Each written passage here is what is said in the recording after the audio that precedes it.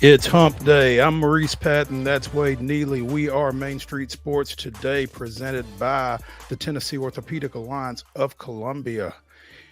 Wild and Wacky Wednesday here in the Lee Company studios of our respective homes, as we will be with you here for the next couple of hours, bringing you sports topics of local, regional, and national interest. So stay with us. Going to be a fun one. Wade, we're going to get into it in the rundown, but sounds like you had quite the interest in Tuesday night. Yeah, big night of ball games, but once again at Exchange Park, and the Giles County Little League All-Star Classic is kind of turning into a one-sided affair, as we'll discuss in the rundown. It's some of the best that Giles and Richland future GCHS and Richland standouts have, but right now it's a little one-sided, my man. Oh, unfortunately, it gets like that sometimes. But yeah, we'll get a little bit more into that in the rundown here pretty soon. Big show. I'm excited. We've got some local recruiting developments, or a local recruiting development that we were able to get online at mainstreetmurray.com yesterday. So if you want to jump on there real quick, then you can jump the gun on us, but we'll be talking about it. And we've got some other high school developments across Middle Tennessee that we'll be talking about here pretty quickly. We've got LANDEN SECREST in the second hour, our resident National Basketball Association expert, coming in to talk a little NBA Finals as they get started tomorrow night in Boston, as the Mavericks go up there to open the best-of-7 series there. We'll be talking in the next segment with Heather Williams, talking a little NASCAR as they raced in the Midwest this past weekend, and they'll be going out to the left coast this coming weekend. So catching up with Heather, and she'll be getting us up to speed on that. Also, a little Braves action, and we'll focus on last night and not today with that. But a lot going on across Major League Baseball, actually. Some good stuff and some bad stuff, both for my counterpart over here.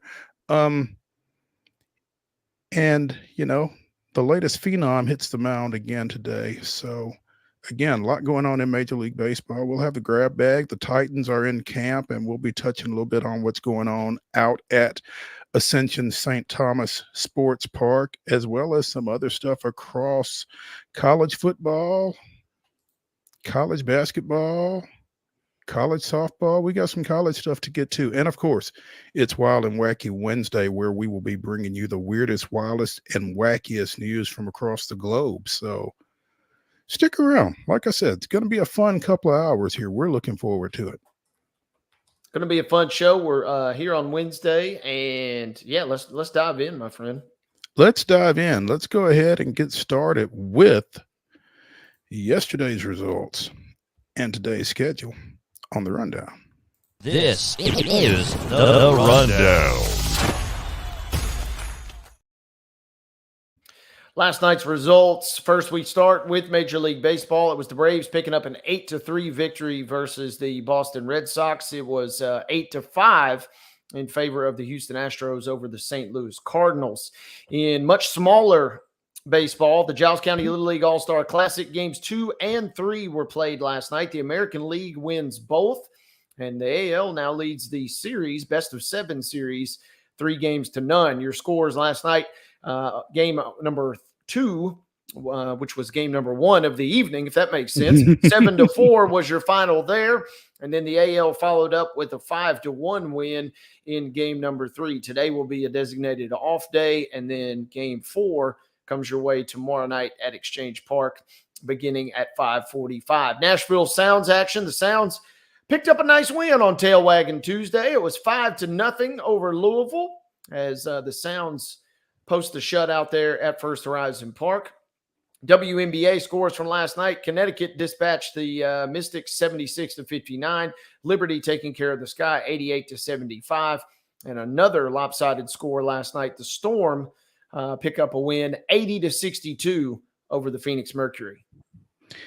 Today's schedule in progress in Boston.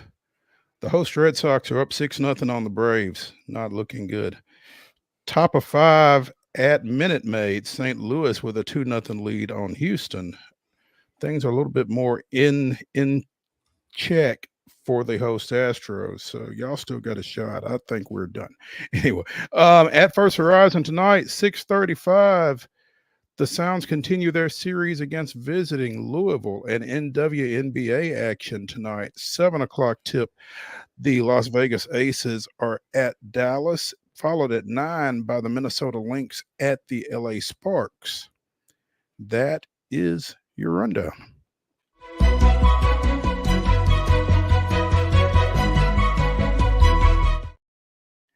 Top story brought to you as always by Piggly Wiggly and Neely's Mill in Columbia. Be sure and check them out for their delicious daily deli lunch items that are served until 6 o'clock.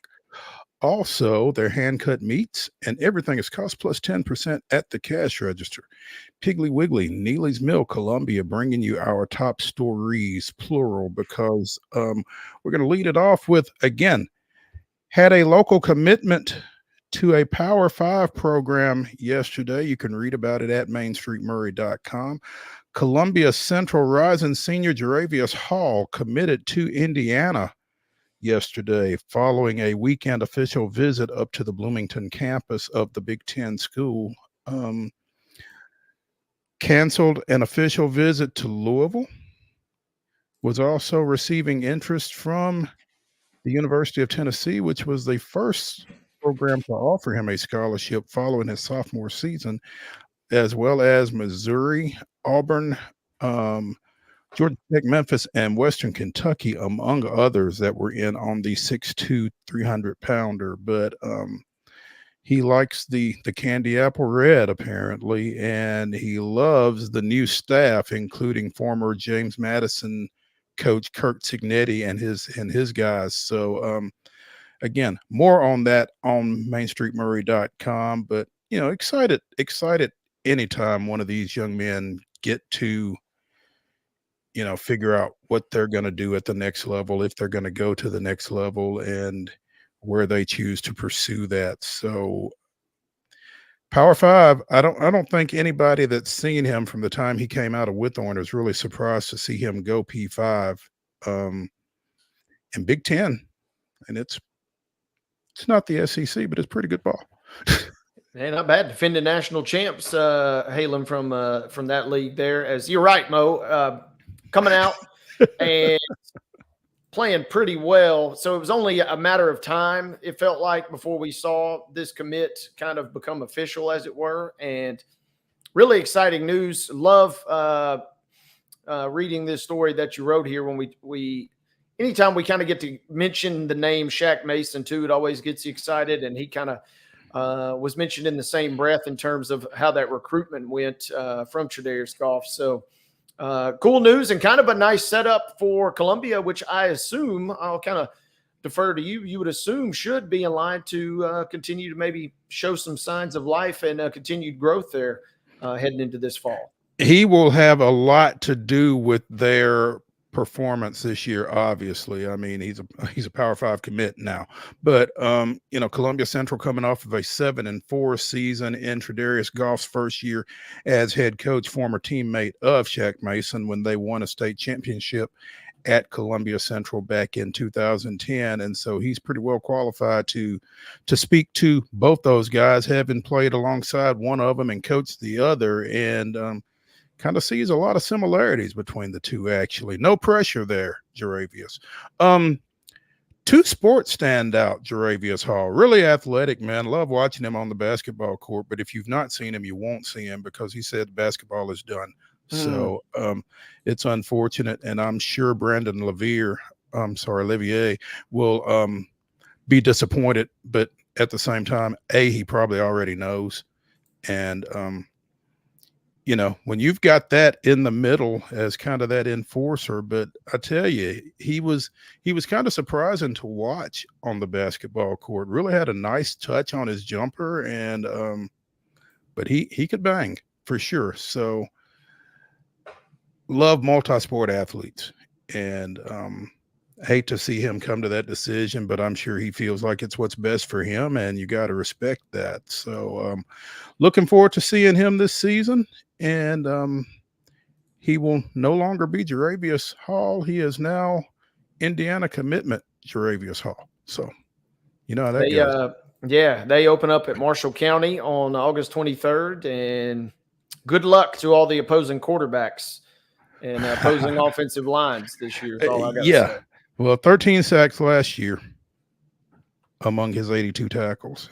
And obviously, you know, he'll be public enemy number one on every scouting report that is compiled on Columbia Central's defense this year. So we'll see how that goes. But yeah, they open at Marshall County on August 23rd, and then they come home for their home opener against traditional rival like Marshall County, Dixon County. So get on out to Lindsey Nelson Stadium and check him and the Lions out.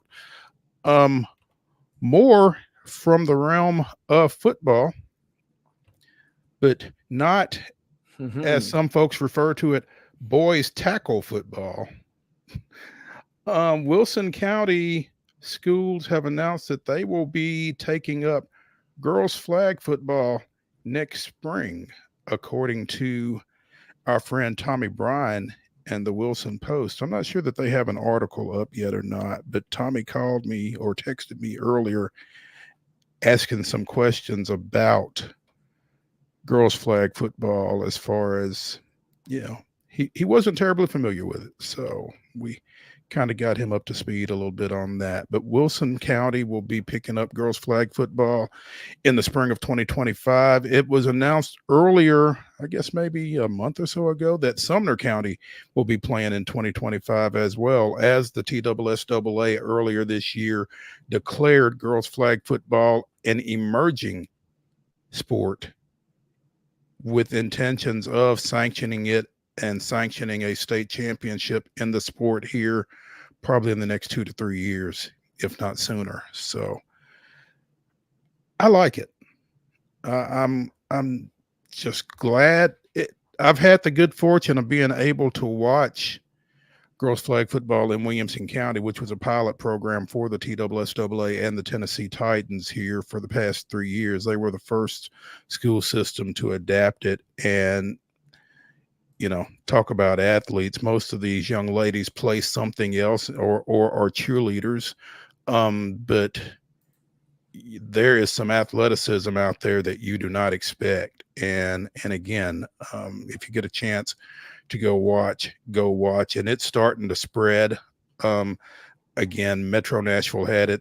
This was their second year, I think. Clarksville, Montgomery County had it this year for the second year. It's spreading. I think Hamilton County either had it this year or will have it next year. There is a pocket over in middle/east Tennessee that involves Cumberland County and Stone Memorial and a couple of other schools over that way. And so it's starting to pick up and spread out. And I think we were told by Emily Crowell with the TSSAA when we had her on that once it gets to maybe 75 to 80 schools, they will probably sanction it as a championship sport. They're certainly moving in that direction. I think, how many schools are there in Wilson County? 6? Sounds about right. Probably not too many more or less. 5 or 7, 5 to 7, I'd say. Yeah, you've got Wilson Central, you've got Mount Juliet, Green Hill, Lebanon, Watertown. Is that it? That may be it, actually. But you got a solid 5 right there, and they will be playing in the spring. So should be fun. It'll be interesting. It's always interesting to me to see where. Not sure what I did there. Excuse me just a second. Wade, can you still hear me? Yep. Okay, good. Accidentally did something to my lap. Get you. Yeah, we're good, I think. I'm sorry. I'm screwing up over here, but again, I'm excited to see where the athletes come from, because again, most of them play something else, maybe volleyball, maybe basketball. You know, Paige had a couple of kids on their team this past spring that were just fantastic to watch. And Ravenwood had a soccer goalie that played receiver for him, and she was a difference maker for them in their third straight county championship. So always fun. Looking forward to it. Let's go ahead and get to a break, and so I can figure out what I've got going on here. But we will return to the Lee Company Studios on Main Street Sports Today, presented by the Tennessee Orthopedic Alliance of Columbia, as it is Wild and Wacky Wednesday, and it's pretty wild and wacky right here. So stay tuned when we come back. Should have Heather Williams talking a little NASCAR after this break.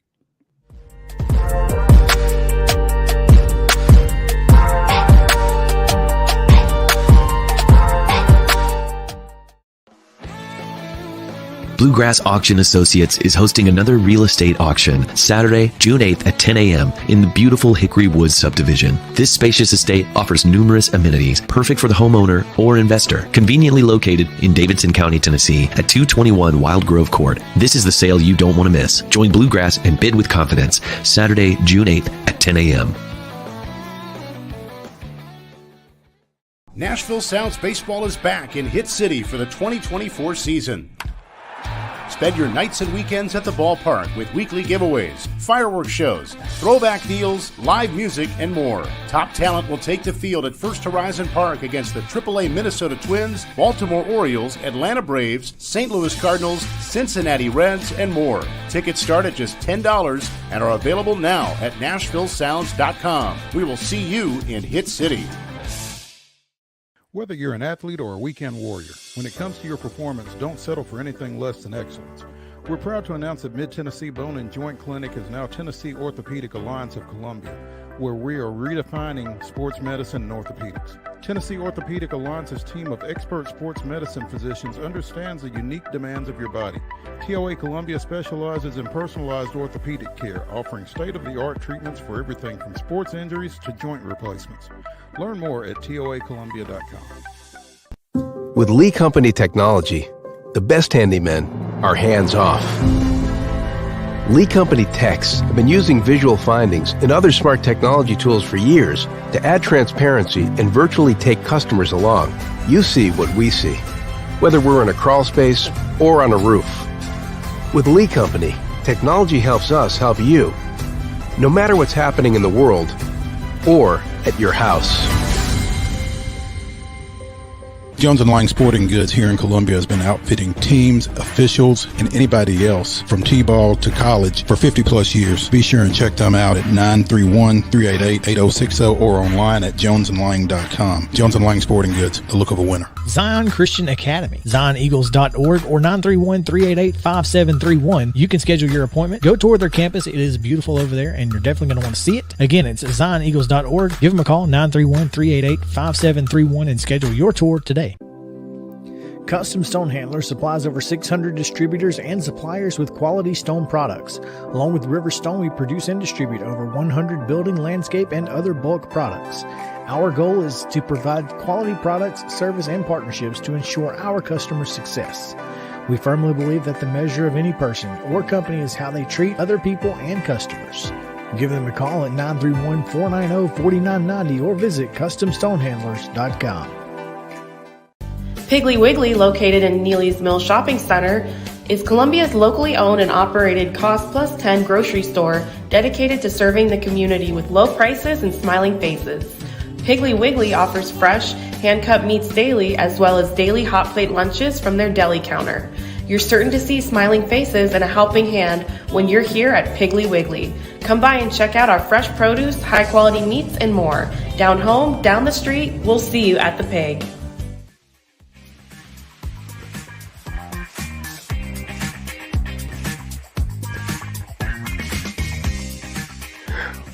Wild and Wacky Wednesday continues here on Main Street Sports Today, presented by the Tennessee Orthopedic Alliance of Columbia. I'm Maurice Patton along with Wade Neely, and we are now joined by our NASCAR expert, Heather Williams of WCYB TV of Johnson City. Heather, good afternoon.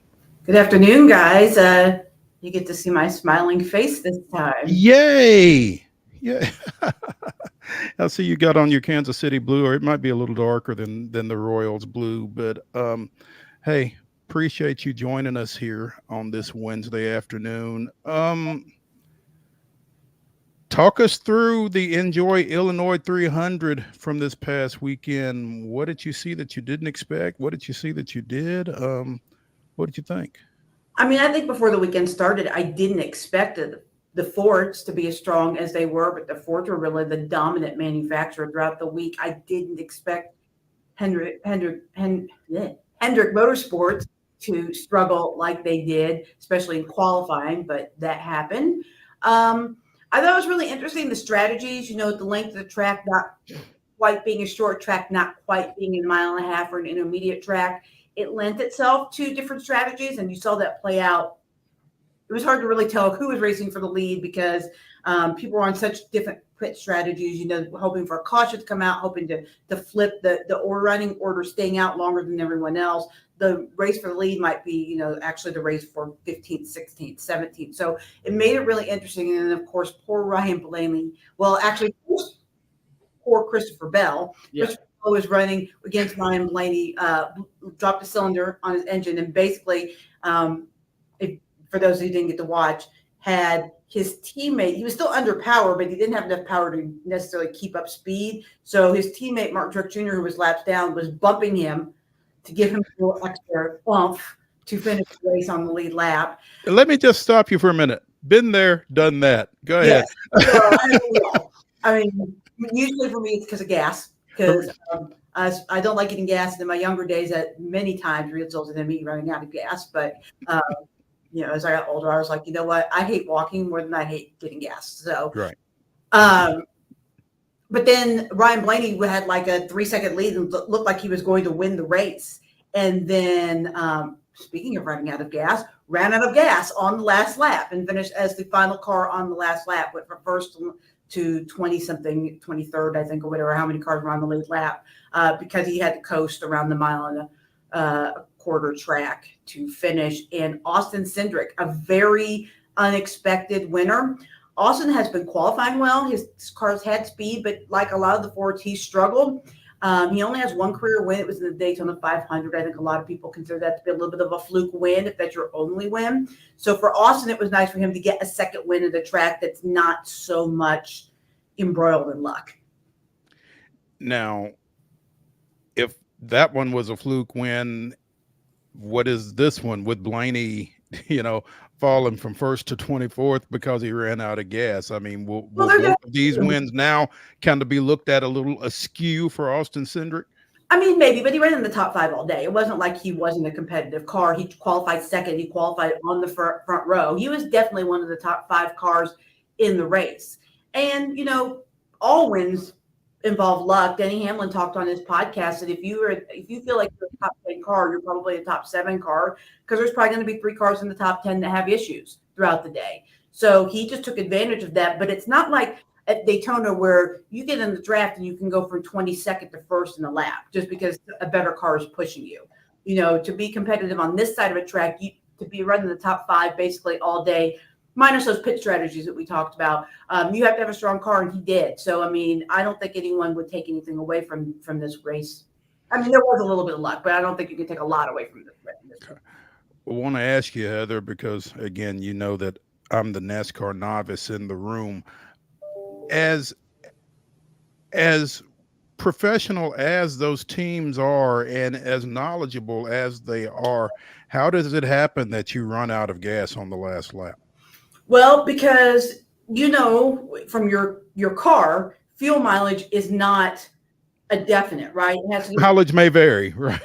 Right. So that's why most cars, when they have those little fuel mileage clickers, they click off at 30 miles to empty or 20 miles to empty or whatever, because they don't want you to be counting down those things to the exact second and run out of gas and you get mad at them. Basically the same thing. They took a shorter pit stop. They didn't take a full tank of gas because they wanted to save that time based on their calculations that they made on how much gas they needed to get to the end, and they missed it by a lap. On the other side of things, what happened with Christopher Bell and his engine blowing apart there? He said, obviously, quote, that sucked.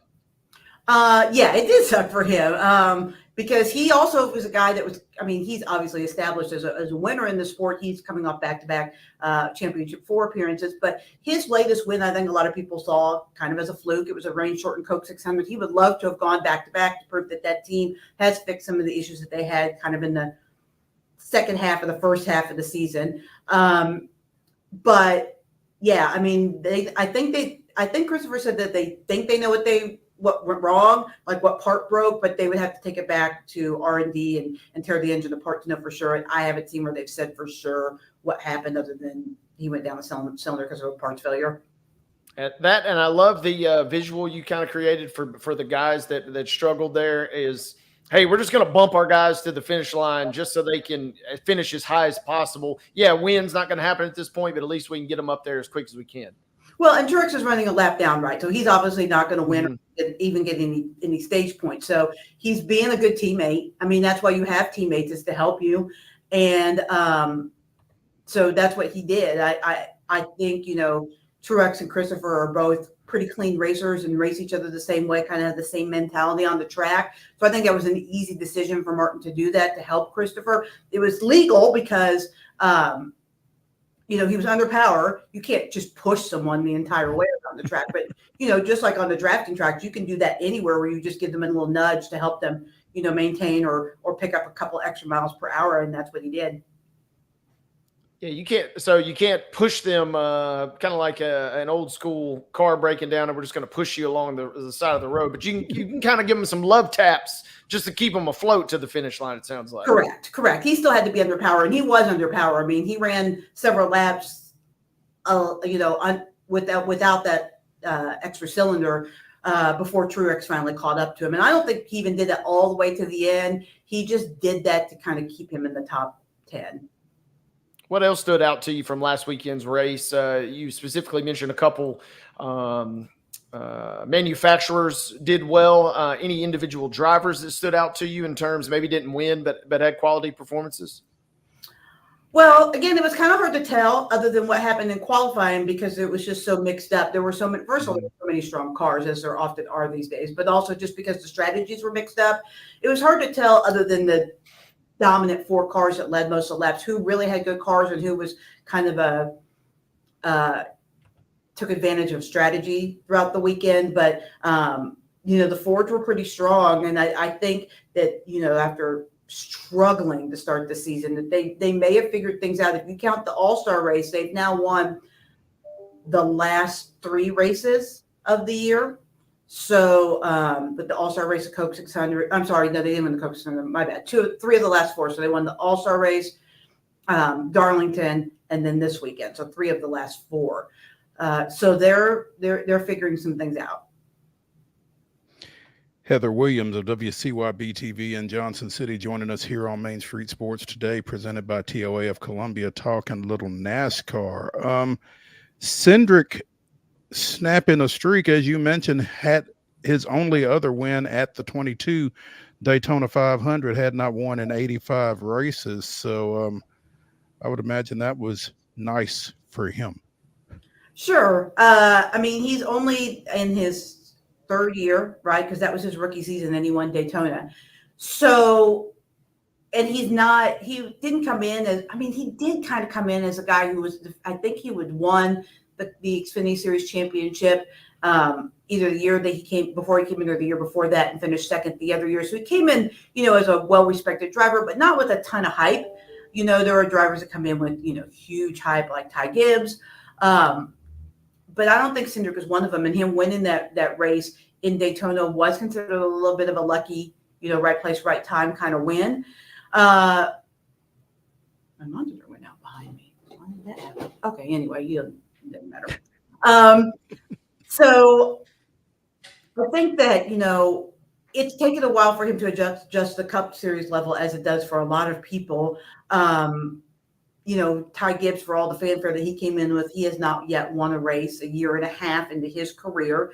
And I just think that transition, they always talk about it. It's probably true in baseball and some of the other sports, but the biggest jump when you're moving up the ladder is from the Xfinity Series, which is AAA baseball, to the Cup Series, which is Major League Baseball. That's the biggest jump. And so drivers tend tend to not win as quickly in that. So you can, kind of maybe put aside that Daytona 500 win because it is such a quirky race.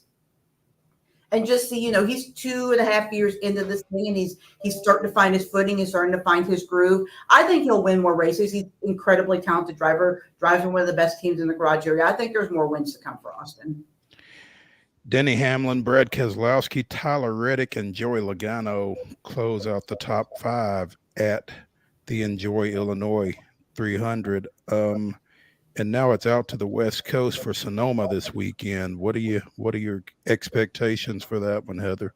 Well, before I talk about that, I should mention that Kyle Larson got his waiver to okay. Explain that to me. I meant to ask you about that because again, I'm a little confused. What is he getting a waiver for? For not starting? Yeah, for not starting the Coke 600. Okay. So unlike the NBA, you don't get to just sit out races. They want every driver to participate in every race. So it actually says that unless otherwise approved by NASCAR, any driver to be eligible for the playoffs must attempt to start every race. So he did not attempt to start the race. He was still in Indiana when the race started because of the rain. And so he needed a waiver from NASCAR to be eligible for the playoffs. There was a ton of controversy around it just because fans, most of the drivers were in his corner. Mm-hmm. Fans said, well, he picked IndyCar over NASCAR, so how dare they give him a waiver? But I think when you look at the spirit of it, he intended on starting that race, if not for the rain. It was his intent to make an attempt to start. He qualified the car. He flew back and forth from Indiana, qualified the car. He tried to fly back and get in the car as soon as he could. Rain canceled or ended the Coke 600 before he got a chance to jump in the car. So I think NASCAR really looked at intent, like he didn't intend to skip a race. He wasn't just, out running Le Mans and being like, I'm running Le Mans. I'm not coming to the Cup race. I'm already locked in with 2 wins. That wasn't his intent. So I think that's why he got the waiver. But they still have to go through the formality of giving him the waiver. Did you ever feel, with everything that you just said, did you ever feel like he wouldn't get the waiver? Well, when they didn't do it almost immediately, I thought, what's going on here? But in my heart of hearts, no, just because they've given, I think I heard a stat today where there's been like 35 waivers applied for and they've granted 31. And when you look at those statistics, you're not going to leave out arguably your most talented and one of your most popular drivers out of the playoffs, unless they absolutely have to, And so I felt they granted a waiver to Chase Elliott last year, even though he didn't end up making the playoffs. They granted him a waiver because he was suspended a race. Now, if you're going to give your most popular driver who you suspended a race a waiver for the playoffs, if he should make it, you're definitely going to give a waiver for this. Yeah. Okay. All right. Yeah, I had seen that and did not necessarily understand everything that was behind it. And so I meant to ask you about it. So I'm glad that you interjected that. Yeah, that's I needed that clarity. So because he did not start the Coca-Cola 600, he needed a waiver to get into the playoffs. Correct. Okay. Correct. All right. And what's really interesting, if you go back, it's probably been updated now, but before they did that, they actually had his playoff points and his points. So all the points that you accumulate by winning stages and winning races and those kinds of things, you get things called playoff points, which carry over to the playoffs. And that's how they see the playoffs. His playoff race points on last week's race report were 0 because he wasn't at the time eligible. He had not received the waiver. Those have since been reinstated, but it was really interesting to look and to think of a world where there could be a playoff without, one of the favorites to win the championship. But he's in now. All those points come back to him, and all is good in the world for Kyle Larson fans. There we go. Take us to Sonoma. So it's a road course, but it's a fast road course, a little less technical than some of the places they've been already this year. It's been repaved. So, drivers don't really know what to expect other than the handful that did the tire test. They expect it to be fast. Newly paved tracks generally are. When you look at the road course racing, it used to be in the sport going back to the waiver, that not all the drivers drove the road courses. They didn't like them. They weren't good at them. You used to get these things called road course ringers all the time. Guys that come in from other road course racing series and jump in a big time car for a race and then get the points for that car and then go back to whatever they were racing. Guys like Ron Fellows and Boris Said, PJ Jones, those kind of guys would jump in those cars and just run one or two races a year. But with the importance of playoff points, with the importance of, staying eligible for the playoffs, drivers have been in this series have become much better road course racers. They're really good at it now. And there are a handful of racers that are really, really good at it. When you look at Larson's pretty good at it. Chase Elliott is really good at it. Denny Hamlin's pretty good at it. Martin Truex is pretty good at it. AJ Allmendinger is one of the best, even though he's not in the Cup Series full time right now. He is really good at the road course racing.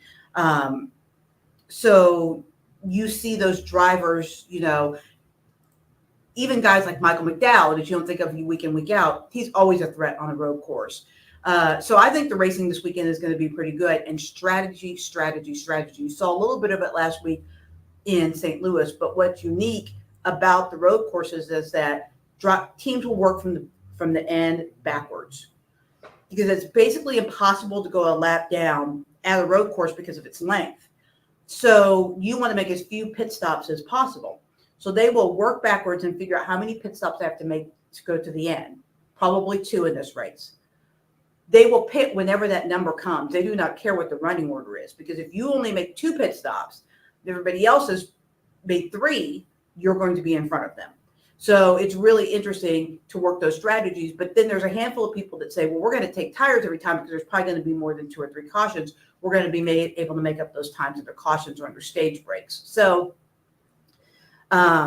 you think you didn't know who was really racing for the lead last week. This week it's going to be all jumbled up because guys are going to be on different strategies. But that's what makes it interesting, because you don't really know what's going to happen until the final restart, and you don't really know when that's going to be. Interesting. That said, with the folks that you say run particularly well on road courses, who should we look out for? Those folks that you just mentioned, pretty much? Yeah, I think that on this particular road course, the guys that are good on road courses but not great have a better chance of winning than they do at the more technical road courses like the Road Americas or Codas, even Watkins Glen. So, look for guys like Hamlin, Truex, Larson, who have road course wins to be up front. These are the road course races that they'll want to try to steal a win on. Yeah, I'm always fascinated, Heather, by it's kind of the strategy component, and obviously it's nowhere near the same, but it does remind me of that F1 kind of element, in the sense that nobody's really ever going to fall too far behind. So if you can kind of optimize and strategize, sometimes that's enough to put you definitely in position right at the end to pull that win off. Yeah, the difference is, as much as NASCAR fans complain about passing, there is way more passing than there is in F1. 100% more. Outside of the first lap, F1. Yeah, if you don't get it done on lap 1 in F1, just join the parade. You are where you are. Yeah, pretty much just sit tight. You ain't really going too much else the rest of the way. I don't really watch much F1. I do usually watch Monaco just because I love the whole idea of 1,300 miles of racing and 3 big races. Man, that race was boring. That race was so boring. There was not a single pass in the entire race. It's weird because it's so beautiful to watch, but it's, like you said, the most boring race on the planet. You get to go through the streets. A parade, not a race. Yeah, you're going through the streets of Monaco, which is one of the most iconic, potential, breathtaking places, and it's more of a parade than a race, like you just. Yeah, they got to fix that, because that race used to be really cool, and it's not anymore. What is that commercial with the catch line not going anywhere for a while? That sounds like what y'all are describing there. Yeah, basically that's it. I mean, and it's not every week. There are places where you can pass. Now, generally in F1, you do have to kind of be in the top 3 or 4 to really have a chance to win in qualifying, because it's all about that start and that scramble at the beginning. The closer you are to the front, the better chance you are of getting it done. But I mean, man, Monaco was rough, but I don't want to bag on F1 too much because I support all forms of motorsports, even if they're not my cup of tea. There we go. We have NHRA racing, drag racing here this weekend. Okay. You going out for that? Oh, yeah. I'll be out there all 3 days covering it. Okay. All right. Well, be sure and follow at Sports Heather. No underscore, right? It's just no underscore. Okay, great. I've been having trouble with underscores this week. At Sports Heather for all of your NHRA dirt this weekend up in Johnson City. Heather, we appreciate you and look forward to speaking with you next Wednesday. Yeah, we'll see you guys next week. Thank you, Heather. Hey, when we come back here on Wild and Wacky Wednesday on Main Street Sports Today, presented by TOA of Columbia, we will be talking Major League Baseball. Stay with us after this break from the Lee Company Studios.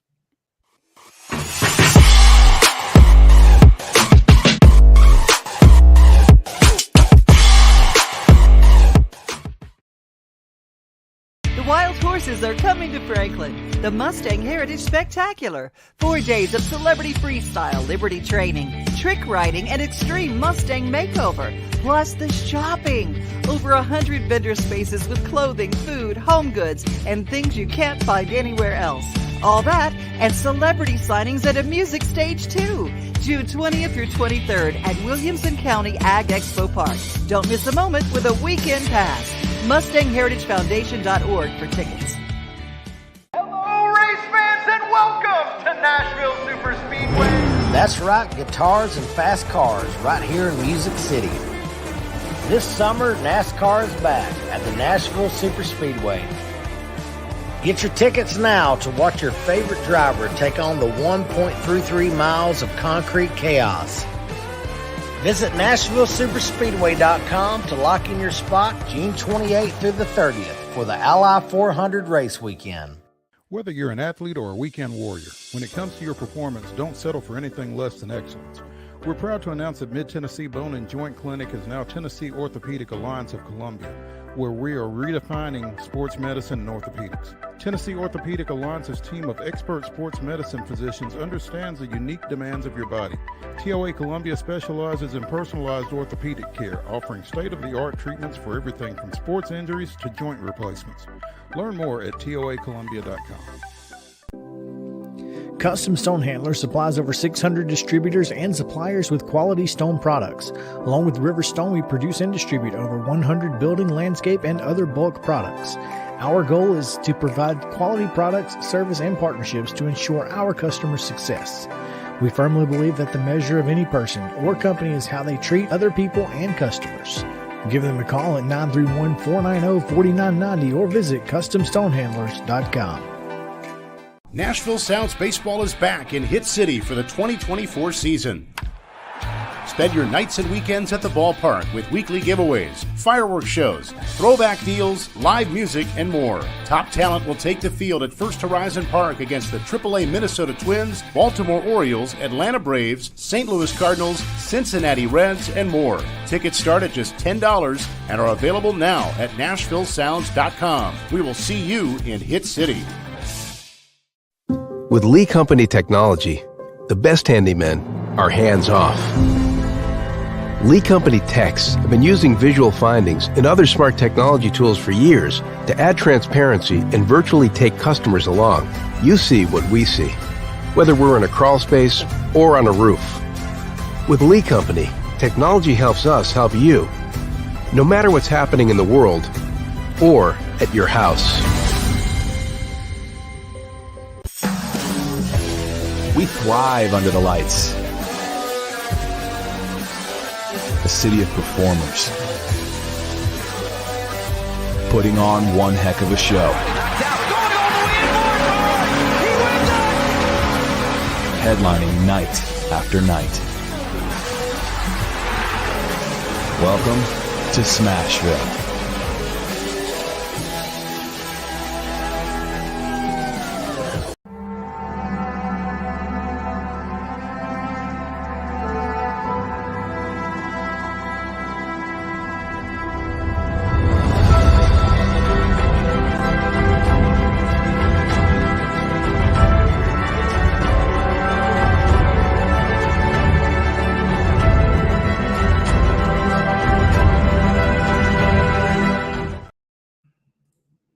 5th, 2008, Chipper Jones' sixth-inning solo home run extended the Braves' lead in an eventual 7-5 victory over visiting Florida.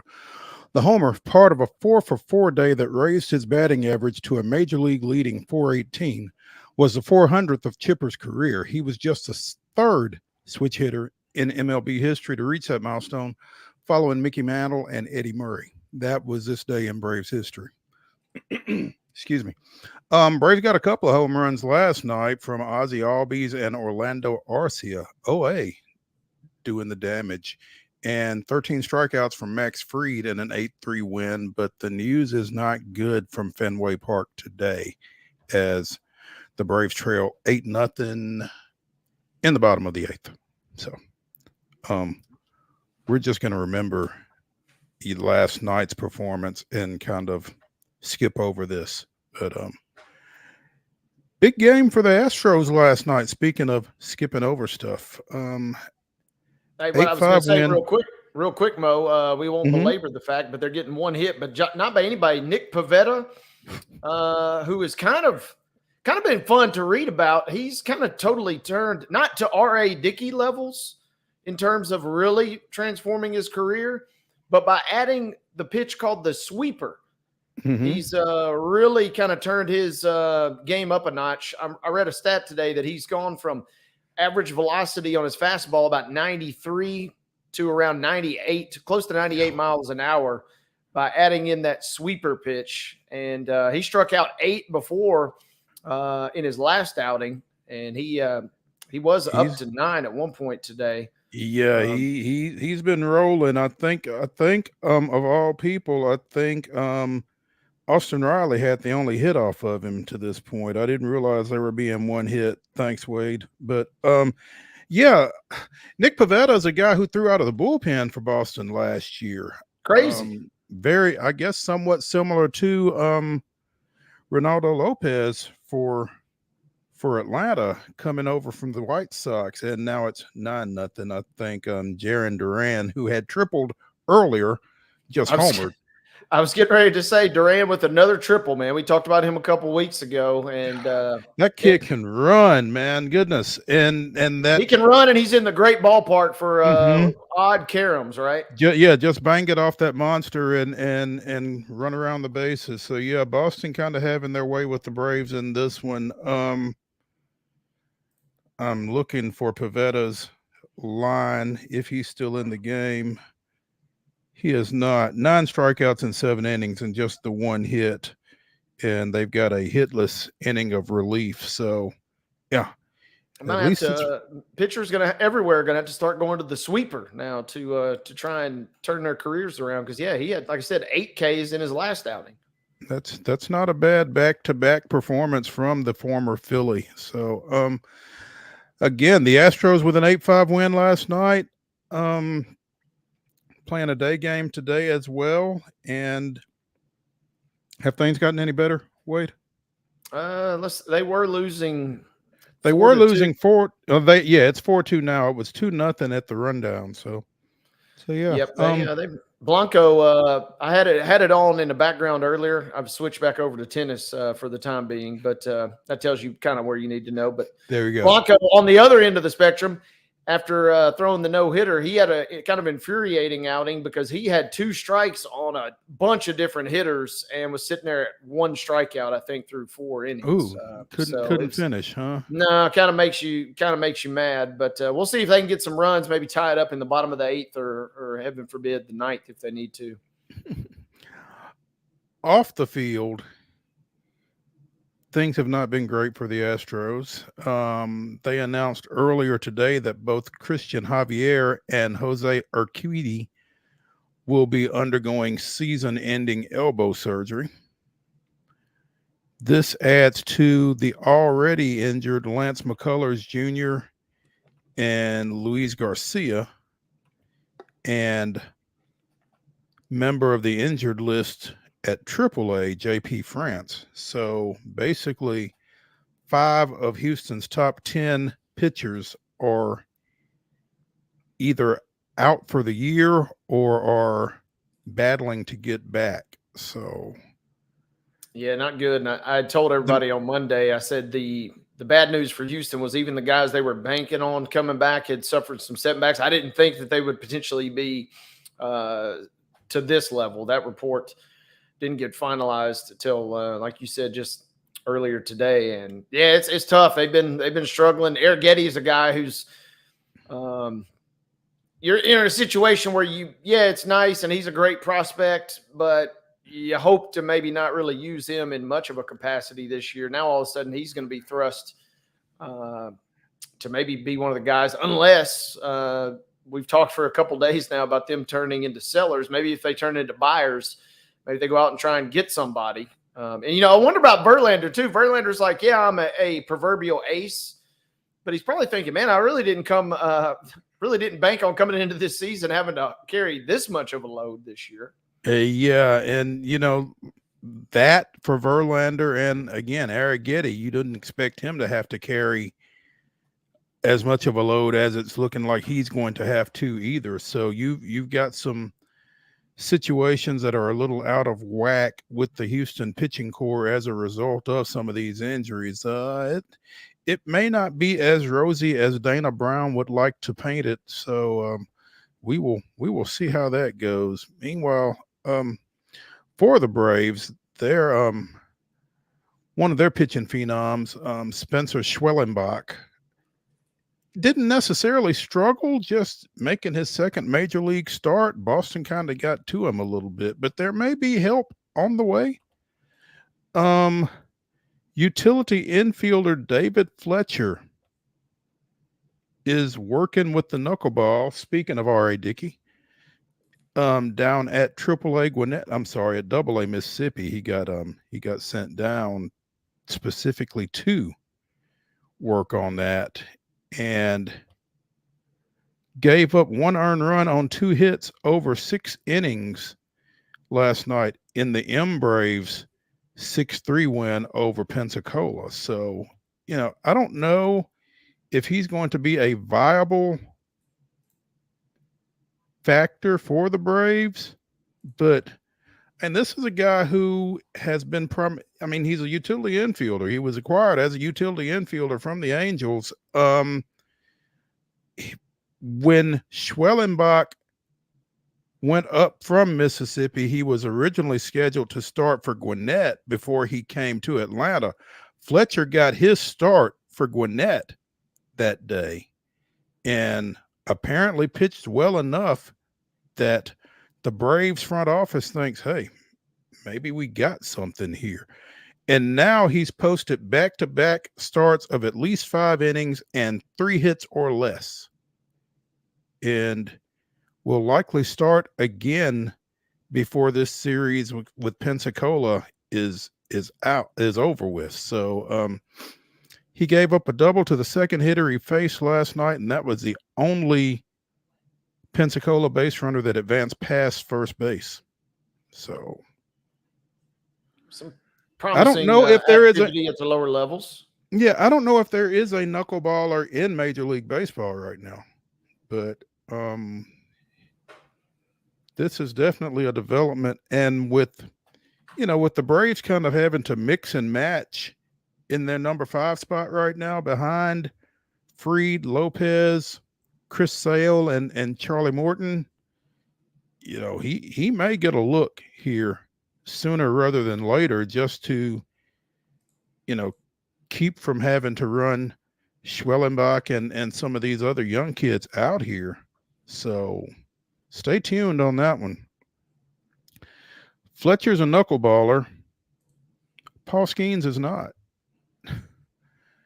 And happy Paul Skeens Day to all who observe, because he is set to make the start for the Pittsburgh Pirates today against the Dodgers. And I think the second game of that series, the Dodgers lost to Pittsburgh 1-0 last night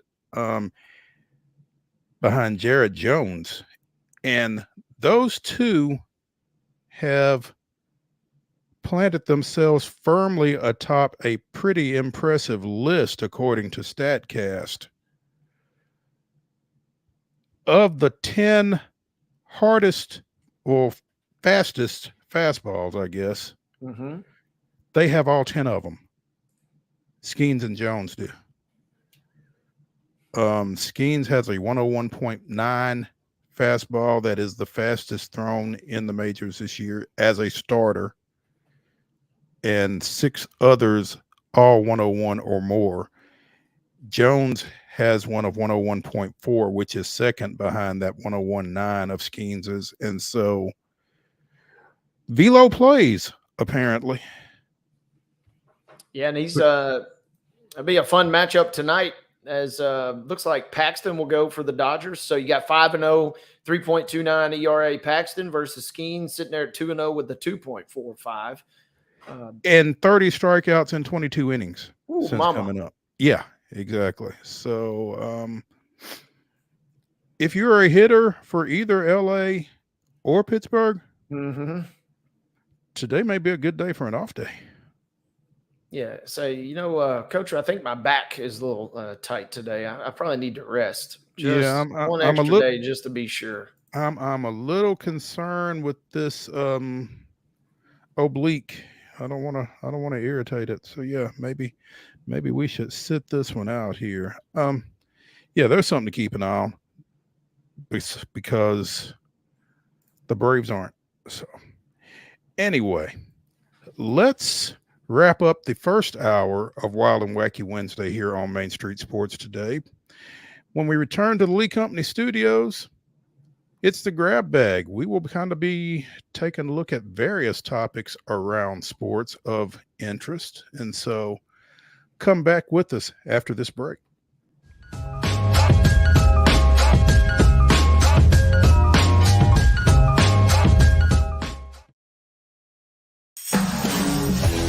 We thrive under the lights. A city of performers, putting on one heck of a show. Headlining night after night. Welcome to Smashville.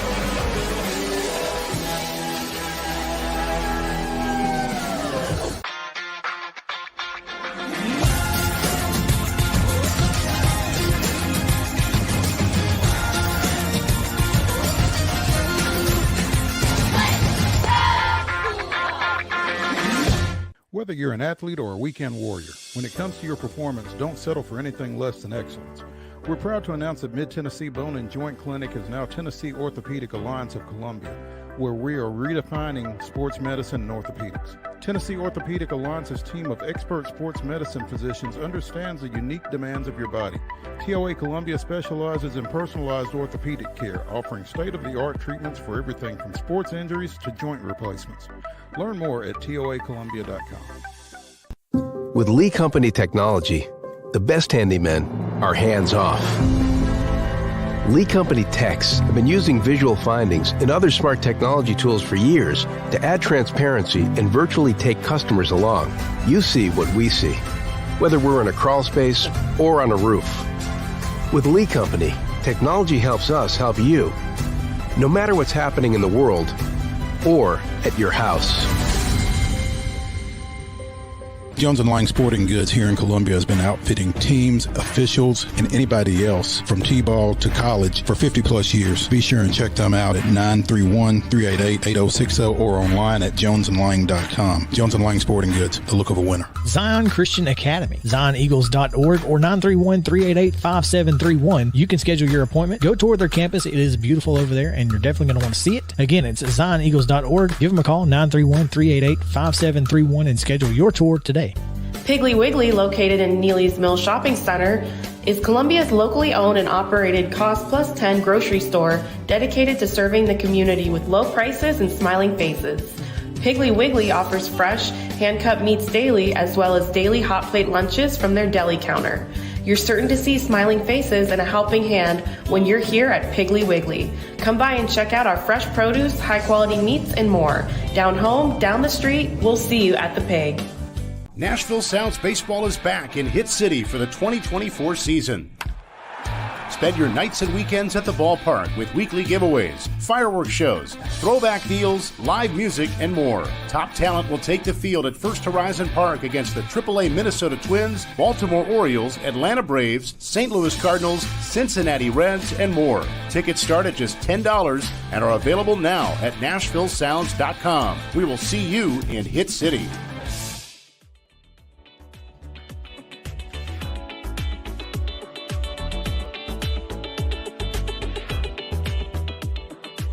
Wild and Wacky Wednesday here on Main Street Sports Today, presented by the Tennessee Orthopedic Alliance of Columbia, starts right now. I'm Maurice Patton, along with Wade Neely. Wade, there is an article up on Titan Insider, as friend of the show, Terry McCormick, who will join us tomorrow, by the way,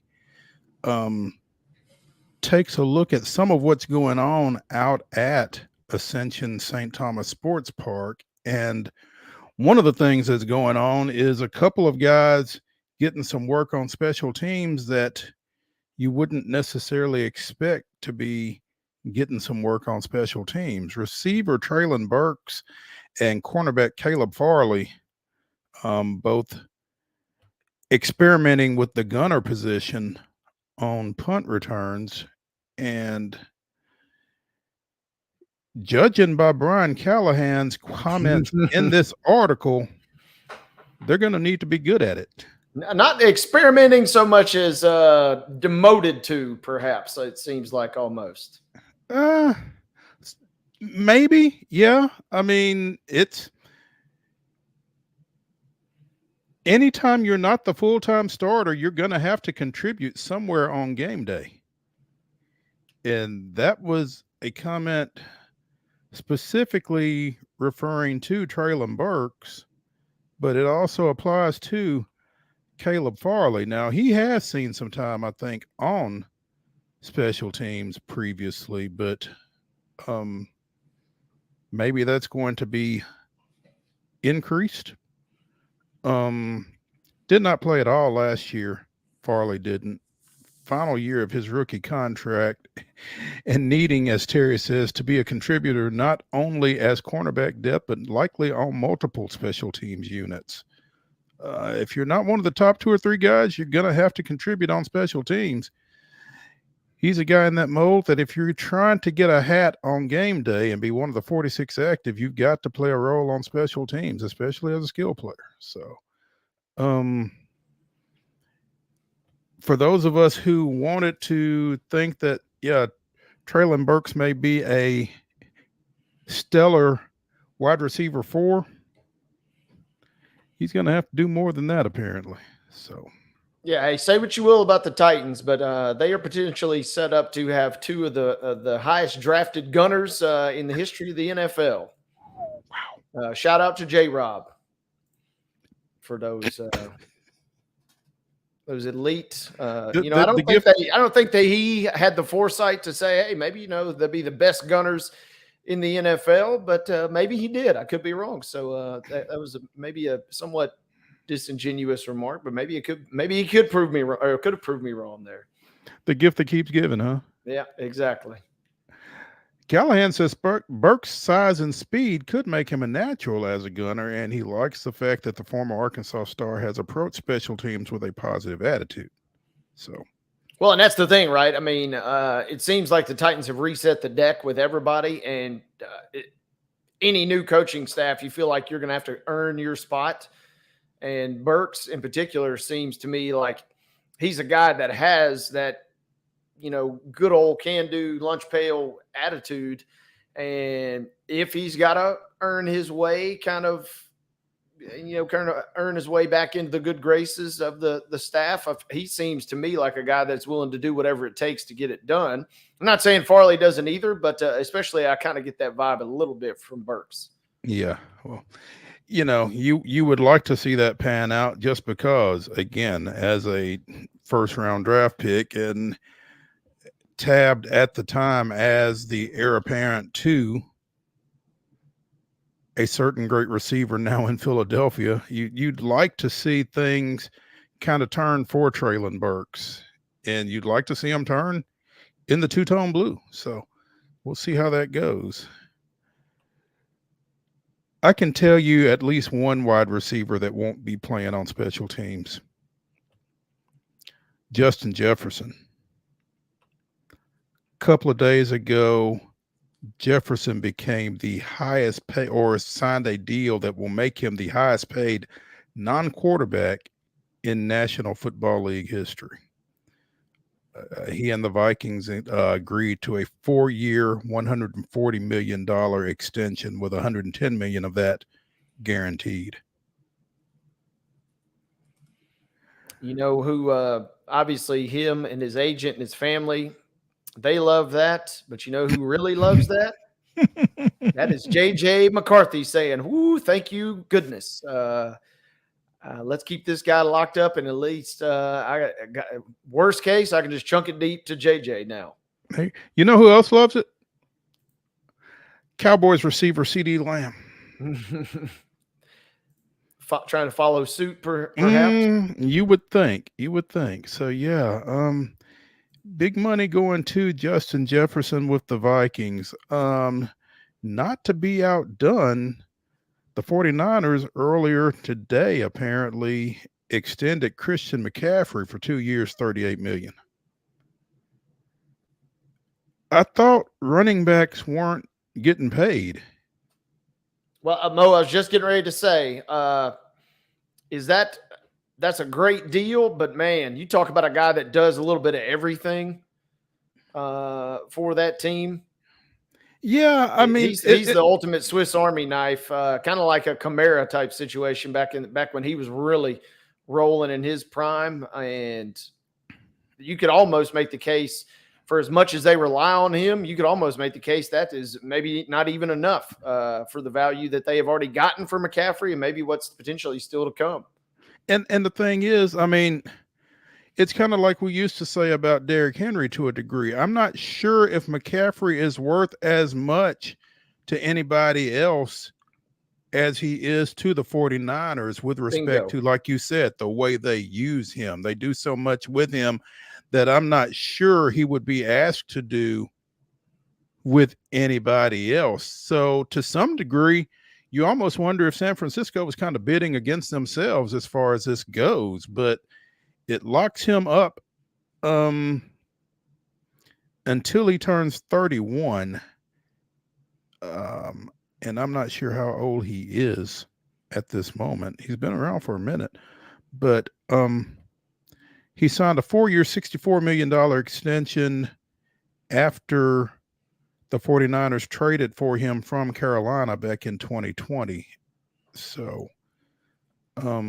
he'll be 31 when this deal runs out. So yeah, one last real big money grab for McCaffrey for sure, who again has been, man, he does so much for that team. You made a great point when you kind of compare him with Henry.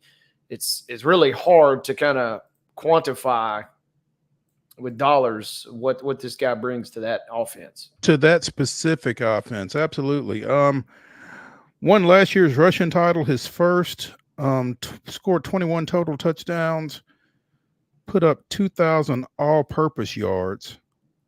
And again, in that offense, takes a lot off Brock Purdy, mixes in with Debo and the recently re-signed Jawan Jennings from Blackman High School in UT. And Ayuk. I mean, they got but the thing is, right, is McCaffrey is kind of that linchpin.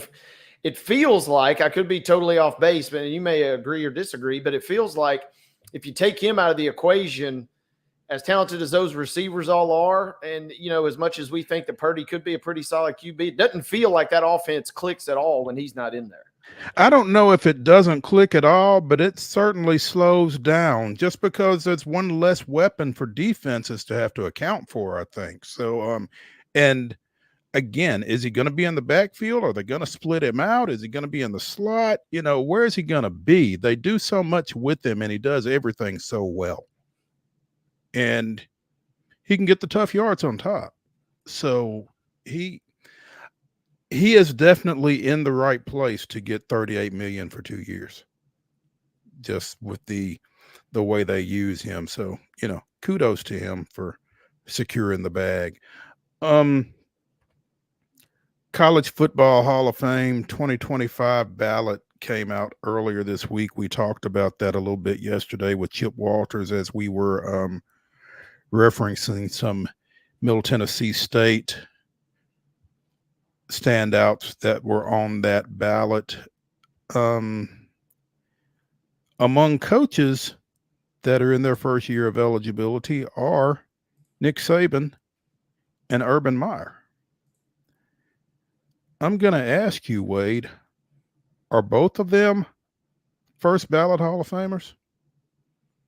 I don't see any scenario probably where they wouldn't be. I can't recall immediately how strict the induction process is. I don't know that we reach, MLB levels of real criteria crunching, but sure seems to me like both those guys would get in for sure, as much as that may pain a lot of our listeners for a variety of reasons, but two of the best to ever do it. For a variety of reasons, like you said. And I mean, my question is not aimed at Nick Saban. Oh yeah, I saw where you were going with that. I mean, and I'll give the devil his due though. I mean, 3 national championships, 2 of them at Florida and 1 at that other school that he coached at. So I mean, I don't see. I'm sorry, Michigan man. Excuse me. Yeah, I don't see how you don't let the guy in, but it's two big time guys. Saban feels like he's definitely done. You kind of still feel like you get the idea that Urban Meyer might not be done if the right deal ever came along. I don't know if I wonder how that would play into it or not. Yeah, I wonder how that plays in as well. I mean, what do you do if a guy gets elected and then, because they're supposed to be done, I think. I'm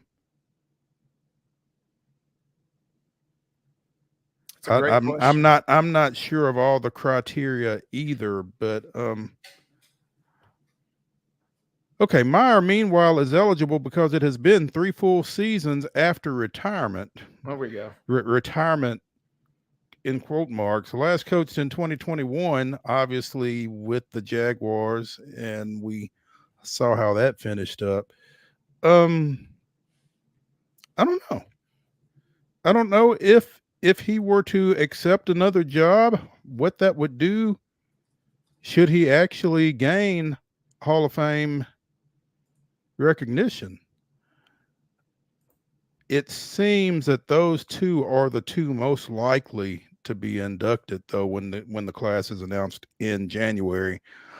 Other notable FBS coaches include Tommy Tuberville, Ralph Friedgen, and Larry Coker.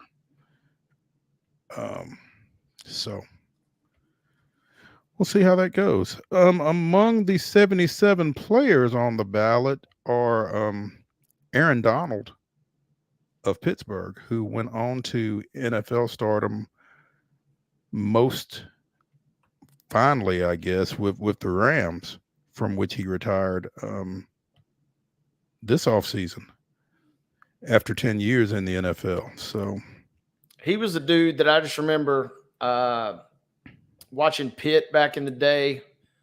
Just one of those guys you're thinking, all right, Pitt is maybe not playing the toughest schedule. They're playing a decent schedule, but they're not maybe playing the toughest schedule. But this dude is a dude. And man, a terror. He kind of brought me back to that Ndamukong Suh type level where you just watch him in the middle and you're saying, okay, this guy is going to be a phenom at this level, at the next level, at any level.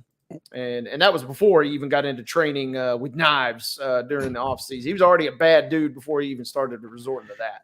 Ndamukong Suh without the nastiness. Yeah, 29 and a half career sacks, 66 tackles for loss at Pitt.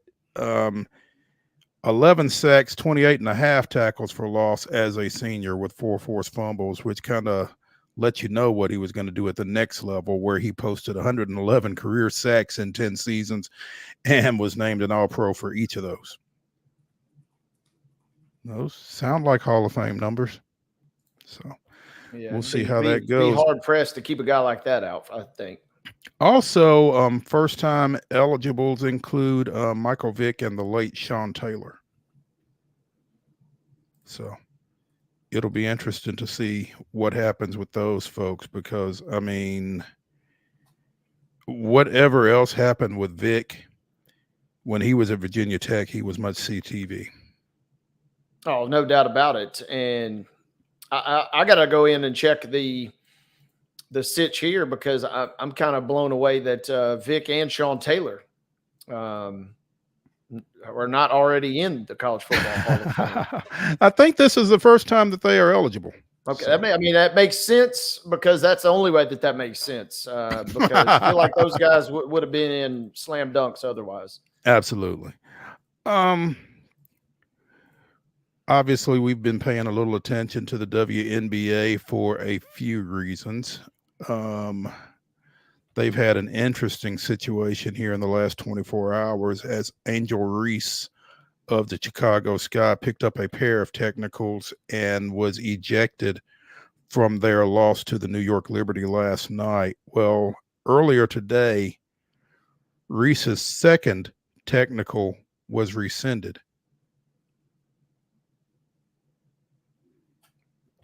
Now, as has been pointed out on various social media platforms, that clearly doesn't get her back for the final minutes of that 13-point Sky loss, but it will save her some money, I guess, because the first 3 technical fouls come with a $200 fine. I think she'd already gotten 1. So instead of owing $400 for 2, she'll only owe $200 for 1. But that can't be a great look for an officiating crew when they drop 2 technicals on somebody and toss them from a game, and then after further review, maybe she didn't deserve that one. Yeah, and the pool report is kind of just as vague as the whole situation. The official after kind of said, kind of just seemed like it was a little ticky-tack. Mm-hmm. And maybe everybody's just on high alert right now with all the hoopla that's kind of been popping in the WNBA headlines over the last week, and really, I guess, the whole season. But feels like everybody's just a little touchy right now. Touchy. And we saw that as Angel Reese got ran. But like you said, save her some pocket change on the back end, I suppose, if nothing else. Absolutely. That's never a bad thing. Pocket change, something Gino Auriemma is not worried about. The 40-year, hitting into his 40th year as women's basketball coach at the University of Connecticut, Auriemma has signed a 5-year, $18.7 million extension, which will reestablish him as the highest paid coach in women's college basketball, pushing him past both Kim Mulkey and Dawn Staley. So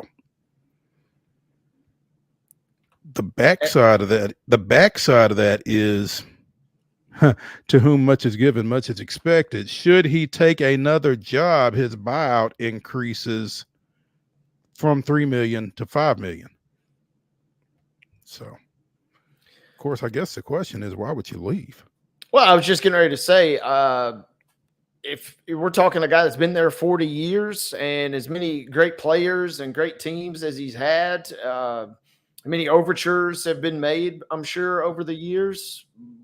Now, I know you got to include that just to do your due diligence from a legal standpoint, but do we get the feeling that Gino's headed anywhere else? I mean, unless things just turn sour for some reason, it feels like he's got a pretty good sitch going on right there. He does have a pretty good situation. Now, I think the X factor, and we kind of saw some of this over the course of this past season, Wade, he's not a big fan of the NIL. He's not a big fan of the transfer portal. We have seen some other folks in other college sports just kind of throw up their hands and say, I'm done with this.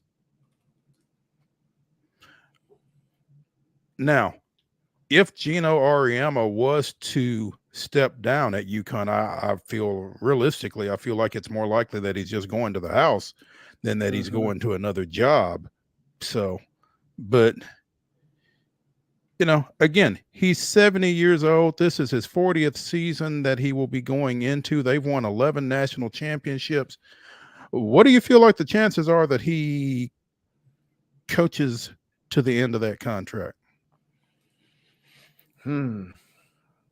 It certainly has felt more over the last year or two, and especially, yeah, like you said, with NIL and just the other quote unquote headaches that we hear all these coaches talking about these days. Wouldn't be shocked if he doesn't make it to the end of this thing, but like you said, if anything, I know why you're including the clause there, but it certainly feels like if he's stepping down to send it off, happy trails and retirement. Yeah. Wade, right after we got off the air yesterday, we had referenced Oklahoma and Florida playing in the bracket finals of the Women's College World Series, and it was tied 5-5. Well,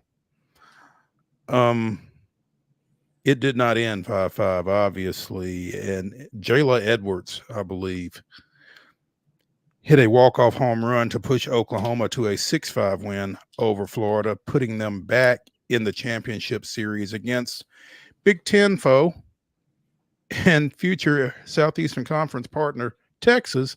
They will play the first of the best of three tonight at 7:00. And as we've mentioned on various occasions, Oklahoma going for a four-peat. Man, this could be special, obviously. The quest for the four-peat certainly can't be overlooked. But this is, Mo, this is the age-old question of optics. If you're the Big 12, you're saying, hey, look at us. We got the two teams after Jada Coleman, puts Oklahoma in there.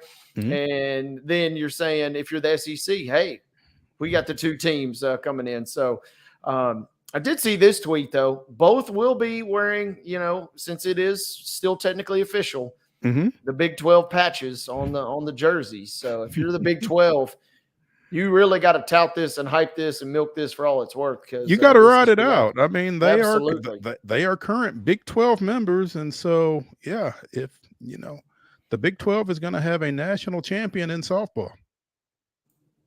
Now, you may only have a month to really get your money's worth out of this, but you better milk it for all it's worth in these next 30 days. Yeah, no doubt. It's going to be fun to watch. And, since the Braves play today, I'll actually be able to watch it. So looking forward to that at 7:00 tonight on ESPN. 7:00 the next two nights after tonight, obviously game 3 if necessary. So keep an eye on that. Let's take a break from the Lee Company studios here on Main Street Sports Today. When we come back, we will be joined by our NBA expert, Landon SECREST, getting you ready for this Dallas-Boston series. So stay tuned on the other side of this break.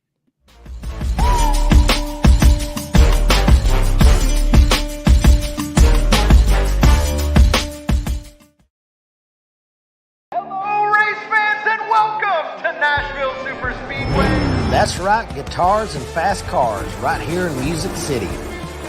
This summer, NASCAR is back at the Nashville Super Speedway. Get your tickets now to watch your favorite driver take on the 1.33 miles of concrete chaos. Visit NashvilleSuperspeedway.com to lock in your spot June 28th through the 30th for the Ally 400 race weekend. With Lee Company technology, the best handymen are hands-off. Lee Company techs have been using visual findings and other smart technology tools for years to add transparency and virtually take customers along. You see what we see, whether we're in a crawl space or on a roof. With Lee Company, technology helps us help you, no matter what's happening in the world or at your house. Piggly Wiggly, located in Neely's Mill Shopping Center, is Columbia's locally owned and operated Cost Plus 10 grocery store dedicated to serving the community with low prices and smiling faces. Piggly Wiggly offers fresh, hand-cut meats daily as well as daily hot plate lunches from their deli counter. You're certain to see smiling faces and a helping hand when you're here at Piggly Wiggly. Come by and check out our fresh produce, high-quality meats, and more. Down home, down the street, we'll see you at the Pig. Whether you're an athlete or a weekend warrior, when it comes to your performance, don't settle for anything less than excellence. We're proud to announce that Mid-Tennessee Bone and Joint Clinic is now Tennessee Orthopedic Alliance of Columbia, where we are redefining sports medicine and orthopedics. Tennessee Orthopedic Alliance's team of expert sports medicine physicians understands the unique demands of your body. TOA Columbia specializes in personalized orthopedic care, offering state-of-the-art treatments for everything from sports injuries to joint replacements. Learn more at toacolumbia.com. Custom Stone Handler supplies over 600 distributors and suppliers with quality stone products. Along with River Stone, we produce and distribute over 100 building, landscape, and other bulk products. Our goal is to provide quality products, service, and partnerships to ensure our customers' success. We firmly believe that the measure of any person or company is how they treat other people and customers. Give them a call at 931-490-4990 or visit CustomStonehandlers.com.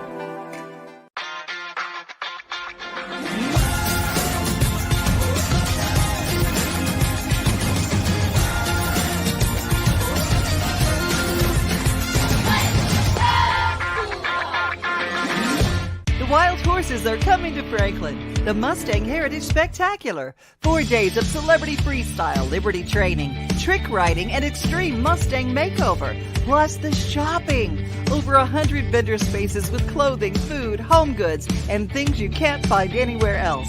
All that and celebrity signings at a music stage too. June 20th through 23rd at Williamson County Ag Expo Park. Don't miss a moment with a weekend pass. MustangHeritageFoundation.org for tickets.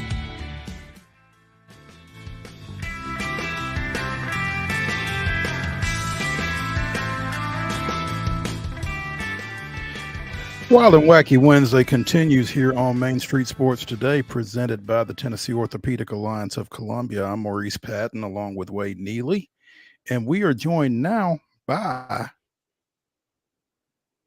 Landon SECREST, Spring Hill native, NBA aficionado, who's going to get us ready for this best of 7 NBA finals between the Mavericks and the Celtics.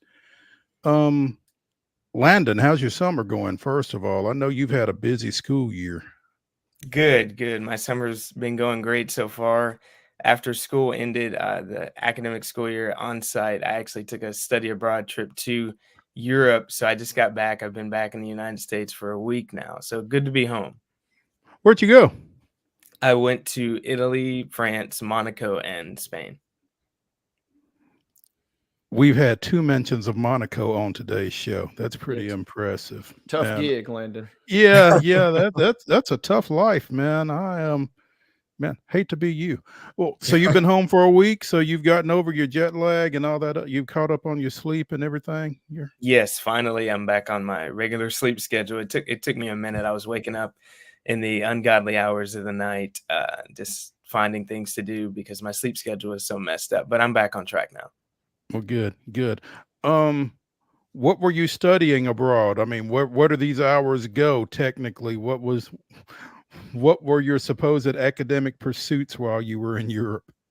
Well, this time around, we were basing it off of sport and event planning management with the sport admin program. So while we were in Italy, we went to an Inter Milan soccer game. While we were in Monaco, we went to the setting up for the Monaco Grand Prix that was happening later that week. And then we went to Barcelona. We learned about the history of the Olympics and hosting Olympics on a major site like Barcelona did in 1992. And we went to Handball Academy while we were in France. So we just looked at the event planning and what goes into hosting things of a great magnitude in Europe.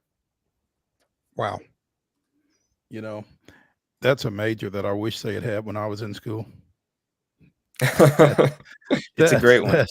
That's just awesome. Hey, and don't sleep on the French handball team, Mo, because I had to do a quick Google. I thought they were pretty good, but they've won 2 of the last 3 gold medals. So maybe Landon can brush us up a little more before we get into Paris later this year.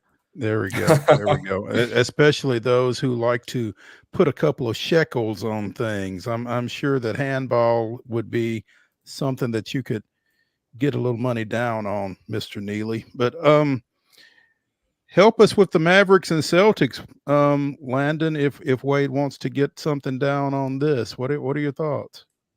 I think it's going to be, just a great series when you look at the firepower they have on both sides. Jason Tatum and Jaylen Brown on the Celtics, and then you look at Kyrie, who formerly played for the Celtics, and then Luka Doncic, who we all knew was good, and now he's becoming even more greater, and now he has the stage of the NBA Finals to really show Americans what a foreign superstar is about, much like Jokic did, much like Giannis did in the past. This is going to be that stage for him if he wants to take it. And when you look at Jason Tatum, I mean, that American superstar, if he wants that platform, this is his opportunity as well. So it's going to be great on both sides.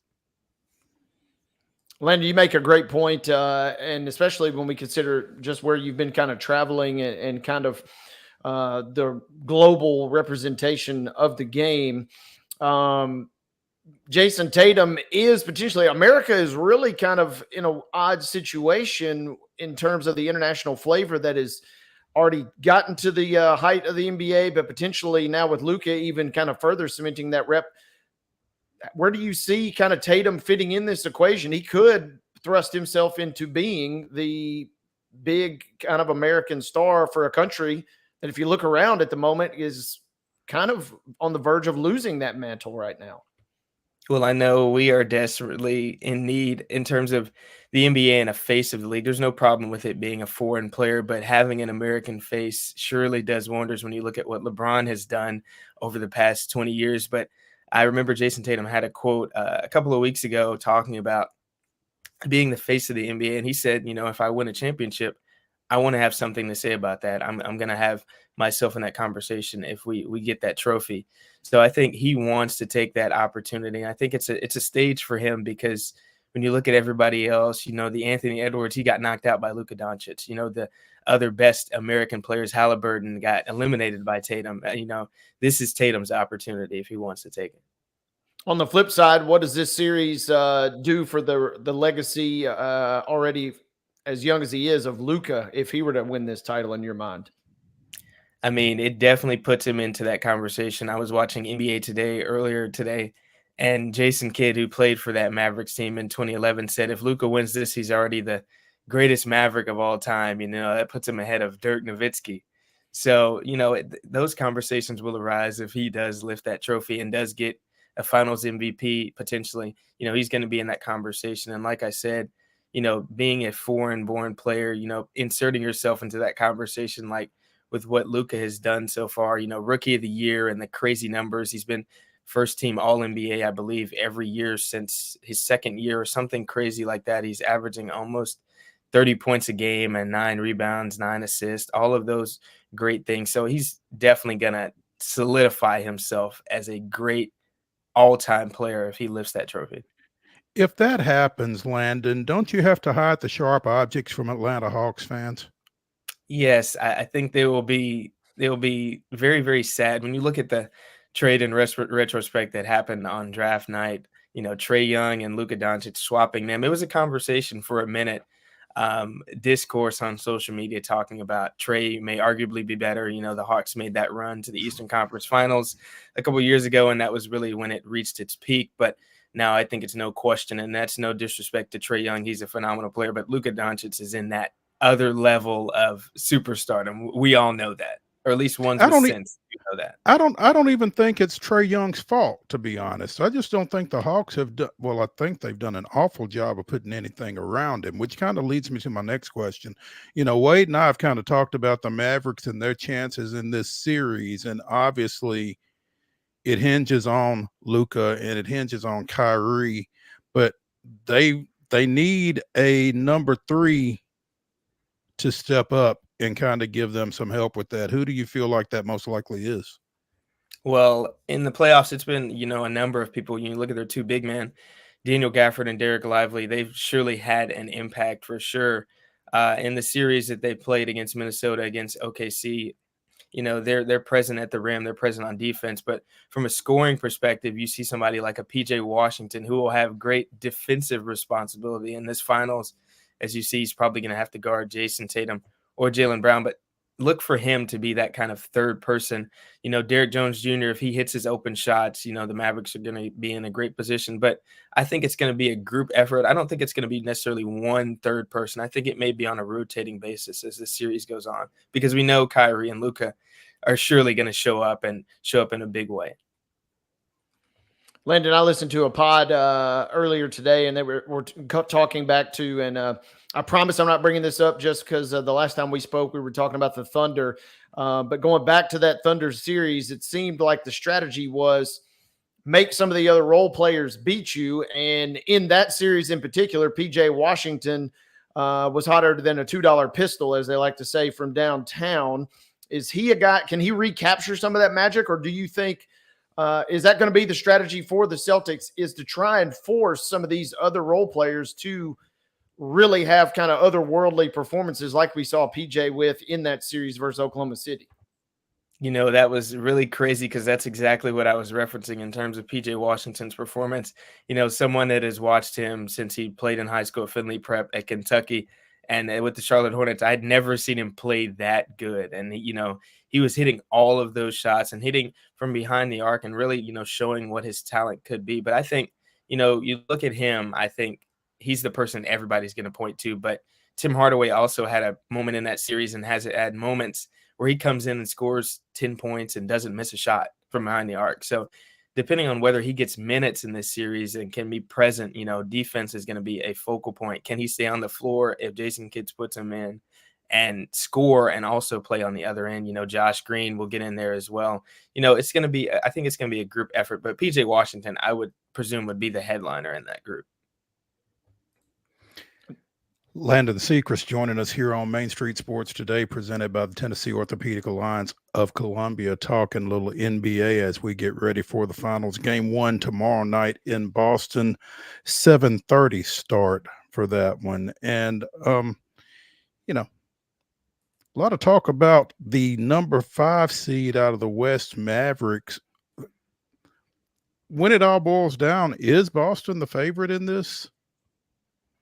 I think, looking on paper and probably looking on the floor, the Celtics are the better team. Looking at it flat out, they're the better team. But I think it's really closer than what people are examining it to be, because Luka Doncic and Kyrie Irving are that two good players that are that good that they can't match up with the 5 or 6 that Boston can put out that are the top tier. But they can surely, Luka can score 73 points in a game, hypothetically, and Kyrie can do masterful things on the court. But when you look at how well-rounded the Celtics are, I mean, Tatum, Brown, Derek White, Al Horford, Peyton Pritchard, and Porzingis is the wild card in this because he's been hurt. Now, he said he's going to play in game 1, but if they get Porzingis in the level that we know Porzingis has played this year, and he's really been that X factor for them, and I haven't even mentioned Drew Holiday, but looking at Porzingis on that team, I think, somebody that can stretch the floor, bring those bigs out that I mentioned for the Mavericks, Gafford and Lively, away from the rim. Looking at that, I think the Celtics have so much firepower on paper and on the court that, when you look at it that way, it's going to be a wash. The Celtics should take it away. But when you realize how good Kyrie and Luka are, they can win a couple of games alone, probably. And that's what makes it interesting. When you add a wild card, that PJ Washington may have a game that he has 30.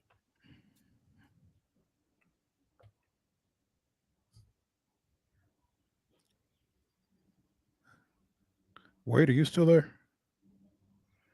I think Wade is frozen on us, Mark. Landon, Boston being the number 1 seed, there were expectations for Milwaukee coming into this season. They didn't really live up to those. Everybody talks about how easy it's been in this postseason for Boston. Is that a concern as they go into these finals? I think it is. When you look at what they had to go through in the East, the likes of the Knicks and the Pacers and all the other teams that they even played, not in the playoffs, but throughout the regular season, just looking at what the Eastern Conference is versus the Western Conference. It's really no comparison in terms of the depth and how you really can't take a night off in the Western Conference if you're playing. Hypothetically, if you're playing in the Eastern Conference and you play one of those bottom tier teams, you have a couple nights off. And I think obviously Boston didn't play those teams in the playoffs, but the caliber of teams that you're playing and the mentality that you have to come in and compete on a nightly basis in a 7-game series like they're going to have to do versus the Mavericks. I think it's going to play a part in this series for sure. And I think it's going to be a big thing for Jason Tatum, because last time these Celtics were in the finals, I think it was his worst playoff series. Now, he's had great playoff series before that, but, we need him to show up. The Celtics are going to need him to show up against that team to be that player that we know he can be. Jaylen Brown has already shown what he can do. He showed it in the Eastern Conference Finals. But Jason Tatum is going to need to show up, and that's what everybody's counting on. Landon, if you guys can hear me, I apologize. No, we got you. I'm curious, and I apologize if I missed this part, but I am curious, what does this series do if the Mavericks win? Obviously, it would be their second title, going back to that famous 2011 team you mentioned a moment ago. But on the other side, where does this leave the Celtics if they don't come away with a championship here, especially considering how close they've been? Coaching, a lot of folks are not necessarily sold on the coaching staff up there in Boston. Where does this potentially leave? It feels like we're trending toward Boston winning this thing and kind of a coronation, but what happens if they should fall short with that franchise in your mind? I think going back to the finals against the Warriors a couple of years ago, I think people thought they had a very good chance to win that series. And, fortunately for the Warriors, they had Steph Curry on their side, who played a huge difference in that series. But when you look at the Celtics, putting Jason Tatum and Jaylen Brown together when they got drafted and working with that tandem, and people were questioning if it would work at the very beginning. And then it kind of came to fruition where they had those consecutive Eastern Conference Finals runs and they made the finals run. I think they're due. Boston fans think they're due for a championship with all the talent that they've added, adding a Drew Holiday, adding a Kristaps Porzingis, and, having Al Horford still around, having Peyton Pritchard still around, having those players. I think they think that they're due, and it's going to be, a horrible situation in terms of discourse and decisions to be made in the Boston front office if they do not win this series, because they have everything. They've been there. They had the experience. And if they lose, it'll be just performance at this point. Absolutely. And we obviously saw some kind of a wild situation with the coaching shakeup with the Celtics, which led to Joe Mazzulla kind of taking over. And so a lot of folks, it felt like he was kind of getting put in line for that job. But obviously, with the shakeup there, maybe a little faster than it felt like it potentially could have come for some fans. So that's the part that's really curious to me, is there was a lot of uproar after just his first season, and potentially where he would end up if things don't go according to plan this year, because it certainly feels like Boston is the favorite heading in. But I don't know. I'm really impressed with this Dallas team, who has been white hot since the All-Star break, or the trade deadline specifically. I agree. Those moves they made at the trade deadline have definitely made a difference into what we see now. And I think Kyrie Irving, in all the games that I've watched him play throughout these playoffs, I think he's playing the best basketball he's played since I've been watching him. I mean, just the level that he's at, I think it's a different game for him right now. And Luka Doncic has had that ascension too. So I think the Mavericks cannot be slept on. And surely the Celtics are not going to sleep on them at this stage, because they need to win it. Other interesting thing to me, Landon, and all this, you mentioned Derek Lively earlier. Don't have to go very far back. The Mavericks basically were in contention for a playoff spot last year and tanked essentially the last 2 weeks of the season, maybe even deeper than that, to kind of just reset the deck a little bit. And then they, lo and behold, it doesn't always play out like this, but they, lo and behold, get a solid pick when they take Lively out of Duke. And you just talked about him being a second team all rookie selection this year. And he's another role player that feels like needs to step up. That game that he was out versus Minnesota was obviously the one they lost. And it felt like his absence was maybe even almost couldn't even overstate his absence, because when he was out, Minnesota really kind of feasted down low. Right. I think the Mavericks are going to be stretched out by the Celtics. We know they like to play around the perimeter. Nobody's really getting into the post and backing down except for Tatum on a couple occasions. And I think their most prominent present post player is Drew Holiday when he goes into the post and puts his back to the basket. And most of the time he kicks it out to a 3-point shooter, Derek White. But most of those times, I think that they're going to spread out, get the Mavericks in high pick and rolls and a whole lot of different actions to get those bigs involved. And I think they're going to play a huge part in this series, just seeing how they can defend against the Celtics. Landon SECREST joining us here on Main Street Sports today, talking a little NBA Finals. Celtics in 6? I think that's a good pick, Mo. Wade, thoughts? Feels like this series, I got a day to mull it over, I suppose, but it feels like it's going it feels like it's going 6 or 7 either way. I do think I said yesterday on the show, I think some road teams are going to win some games. I don't know if Dallas comes in and steals game 1 tomorrow night. But I'm kind of like Landon. It feels like the Celtics are the chic pick, and as crazy as Dallas has been since the trade deadline, maybe this doesn't just follow the blueprint that we've seen for so many years in the NBA. We don't really see teams just flip a switch in the middle of the season and really make a run like this. So that would trend toward the Celtics. But I do see the series going deeper. I don't think we're in line for a 4 or 5 game series. Yeah. Landon, we appreciate your insight, man. Look forward to getting you on again here soon, and continue to recover from your tough trip to Europe. Thank you, Mo. I appreciate it. Thank you, Wade. All right. See you, Landon. When we come back for the final segment here on Main Street Sports Today, presented by the Tennessee Orthopedic Alliance of Columbia, it is Wild and Wacky Wednesday. We will be bringing you some of the weirdest, wildest, and wackiest news from across the globe. So be sure and come back to the Lee Company studios after this.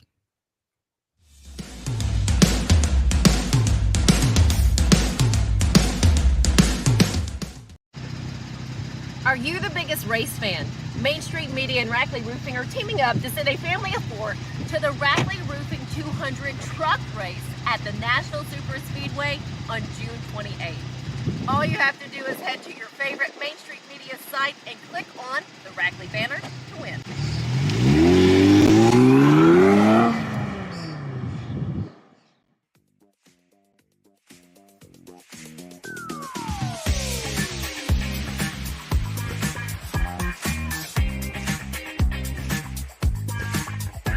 Closing out Wild and Wacky Wednesday here on Main Street Sports Today, presented by the Tennessee Orthopedic Alliance of Columbia. I'm Maurice Patton. That's Wade Neely. And again, it is Wild and Wacky Wednesday, where we bring you the weirdest, wildest, and wackiest news from across the globe. And we'll start in Paris, site of the 2024 Olympics, as Teresa Walker manages to remind us every time we have her on. There's a way of doing that. She does.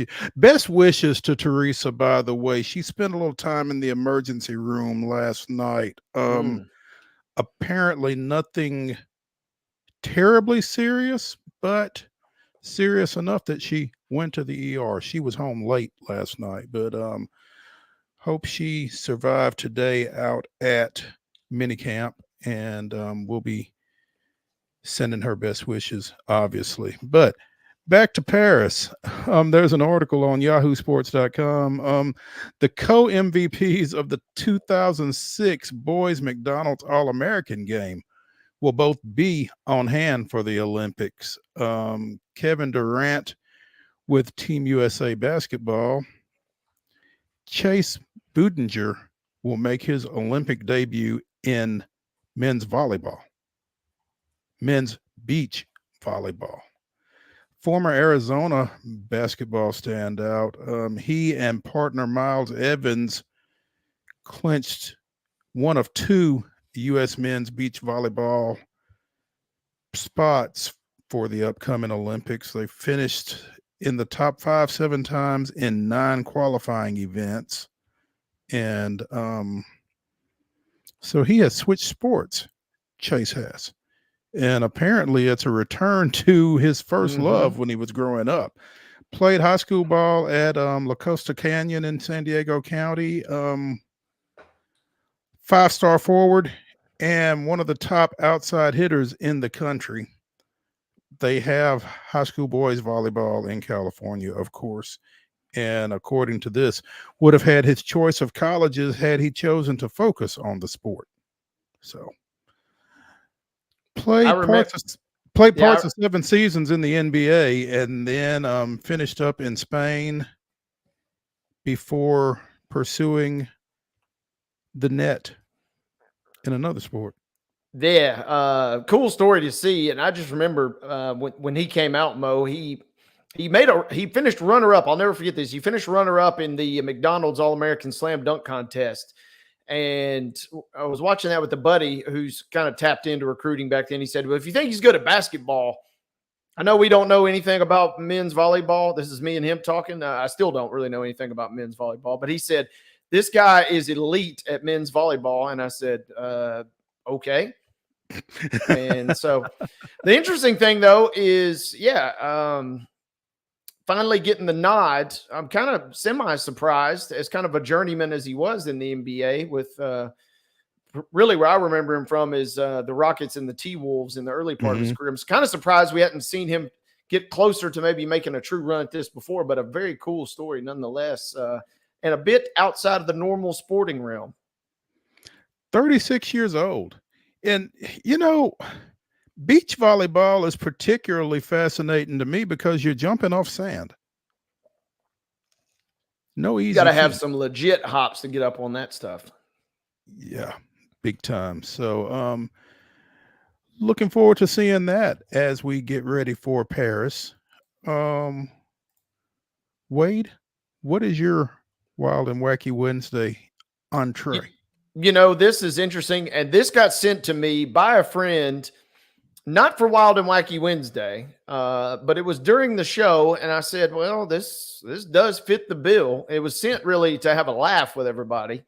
But Mo, a remote tribe in South America in the Amazon region has finally, thanks to our good friend Elon Musk, been able to connect to the internet due to his Starlink service. A 2,000-member Marubo tribe, which is in Brazil, is finally connected to the internet. Now, you could say that is a potential good thing, but with the internet, it never ends well. The tribe supposedly is now addicted to the internet. Specifically, they are addicted to pornography and, spoiler, shocker, they are addicted to social media websites. So, well, one follows the other these days, does it not? So the internet giveth, the internet taketh away. And for a tribe that, had probably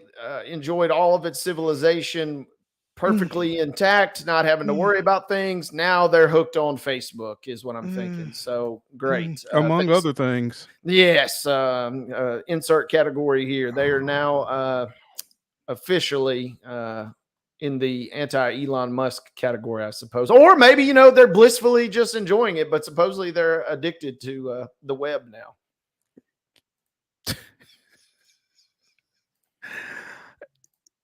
Literally sent to me during the show. I said, you can't make this up. It's unfortunate that we still have 6 minutes to go because that should have been the end of Wild and Wacky Wednesday. That right there. Instead, we're going to go to Michigan, where there is a peacock on the loose. Ooh. Saginaw Township, Michigan, animal control officers are struggling to capture an elusive peacock that has been on the loose for at least 2 days. A student at a local high school, tried to bring the peacock with him to school and find the owner, but the peacock eluded said student. Animal control officers almost captured it Tuesday, but came up short, leaving the officers with Almost scratches. captured it. Almost captured it. Leaving the officers with scratches and, quote, a tree climbing experience that we may need to train on in the future, according to the director of the Animal Care and Control Center in Saginaw Township. The center is now seeking donations to buy a $150 animal capture net. Citizens have been trying to capture the bird to no avail. The identity of the peacock's owner remains a mystery, and I imagine it will remain a mystery because I just don't think anybody's going to step up and say, "Hey, that's my peacock." So, yeah. I haven't really experienced this. Maybe you or Mark, but I have heard that if you're around a peacock, they make in kind of in controlled. If you're in a zoo, it's one thing, but if you're for some reason around them on a natural basis, their screeching and their sound they produce is not pleasant. I would probably take cicadas over that. I don't think they're very pleasant either. In fact, I think they're pretty much mean. So yeah, be on your P's and Q's if you are in Saginaw Township, Michigan, and you run up on a peacock. Yeah, don't mess with the peacocks. Leave it alone. Leave it alone. Just pick up the feathers. That's usually the theme of Wild and Wacky is leave the animals alone. I think if there is an overriding theme to Wild and Wacky Wednesday, that is it. Leave the animals alone. I mean, we talked about moose last week. Just leave them alone. Yeah. Mark is doing something that makes me nervous. I hear him clicking. Yeah. I feel like I think I know what he's doing here. Okay. All right. Let Mark cook. Yeah. If you're thinking about but he doing needs it, to Mark, cook don't quickly. I think we all were spared. I think he was queuing up a soundbite there, and of a peacock screech, maybe. I think, or he just accidentally unmuted himself. I'm not real sure. We may revisit that real quick. I want to get one thing we can all agree on. He's returned again. Mark, are you in or out? Yeah, you better bring this sweet peacock action if that's what you're trying to do. Because I got bigger things now. We couldn't hear that, unfortunately. No, we couldn't hear it. Or fortunately, as the case may be. Perhaps. I got bigger fish to fry, Mo, because I want to talk about something we all can get down with. How about finding money? Oh, goodness. Man in New York, Mr. James Kane, says he has used a powerful magnet to fish in the New York City waterways for a long time. But his most recent catch was maybe the biggest one of all, as he found stacks plural of $100 bills found in a safe, pulling the slimy safe out of a lake in Flushing Meadows, Corona Park, which, as everybody remembers, was host to the 1939 and 1964 World Fairs. As everyone remembers. Found extracted bags of waterlogged and gunk-covered Benjamins. So, and apparently there's a video, and he says, "Oh, that's money." And that's the money. Estimate.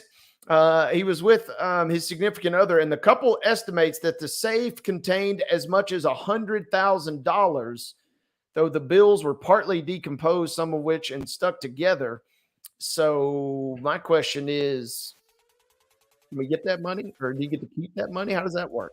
They do get to keep that money. I think the police told them there was no evidence of any crime committed, so I guess found money is kept money. We'll see how that goes. We need to keep up with them and their new best friend. Hey, thanks for joining us here on Main Street Sports today, presented by the Tennessee Orthopedic Alliance of Columbia. Tomorrow, 2 o'clock, we will be joined by New Ensworth girls basketball coach, Sharona Reeves, and Terry McCormick from Titan Insider. So join us 2 o'clock right here. We'll see you then.